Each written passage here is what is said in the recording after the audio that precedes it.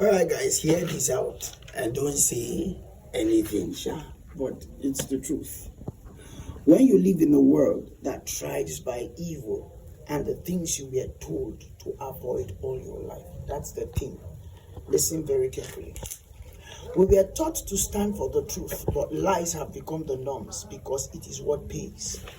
Today we see that women who were taught to cover their bodies can never be wealthy or valued by decency but by nakedness. We see that when a man speaks the truth, he is termed the wrong man because he didn't cover what was wrong. And yet, we were taught all our lives to speak and stand for the truth. We were taught that money is not everything, but today, right and wrong is not defined by the motive or actions, but by the money and sponsors that backs it up. Where graduates, after studying for years, now drop their certificates to dance to trendy songs just to survive and feed. What a world we live in. Satan economizes evil and derogation of norms and values, hereby devaluing the worth of right and good living. How do the righteous expect to thrive in such an economy where no rising happens without compromise? Who will save this generation where taking the bus of righteous living is seen as foolishness and the unsharpness against the odds of a flight, death with the emblem of sin? We saw in scriptures that Lot was wearied with Sodom, but could not live because it sustained him. It had to take the angels dragging him. But unfortunately, Sodom had its way into his daughters, and his lineage had to pay the price. As a man of God, you cannot survive without being manipulative and lukewarm in opinions. It is no more good and bad, but now good, nice, and bad. Lord, wilt thou not awake and restore the hold of righteousness again? For the whales of hell seems to sing stunts against my generation, and bring up ideas my generation cannot discern as death, but have called it pleasure. And the desecration of thy name has become mixed pace for devilish ties. Where be the days and times where your name was hallowed and feared with no compromise?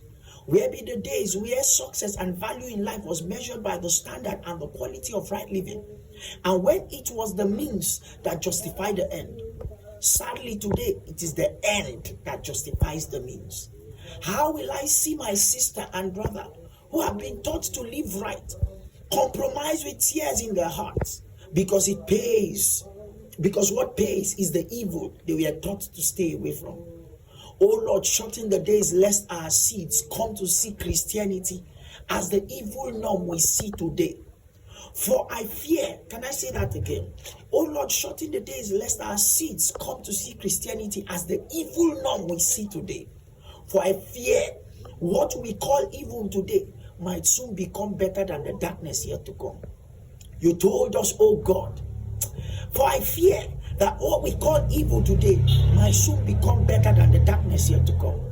You told us, oh God, that when we see the desecration stand on the altar, the time is close. Then we thought it will never be. Yet now we see desecration not just stands, but ministers to us. Lord, show us priests mercy for allowing this. More so, restore the force of light that fights darkness by your spirit. For light seems like spirikuku, they call it. And correction is now termed jealousy. And evil is called a new vibe.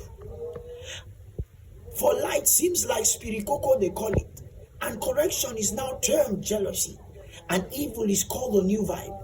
An advancement that does not touch the soul is a tree spreading with no depth and root. An advancement that touches the soul, that does not touch the soul, is a tree spreading with no depth and root.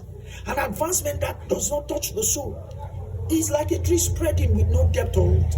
Cast upon us again thy fear. Cast upon us again the canopy of your righteous spirit. Cast upon us again the canopy of righteousness and purity, and grant us strength to say no in the days of our weariness. Grant us strength to say no and mean never to evil.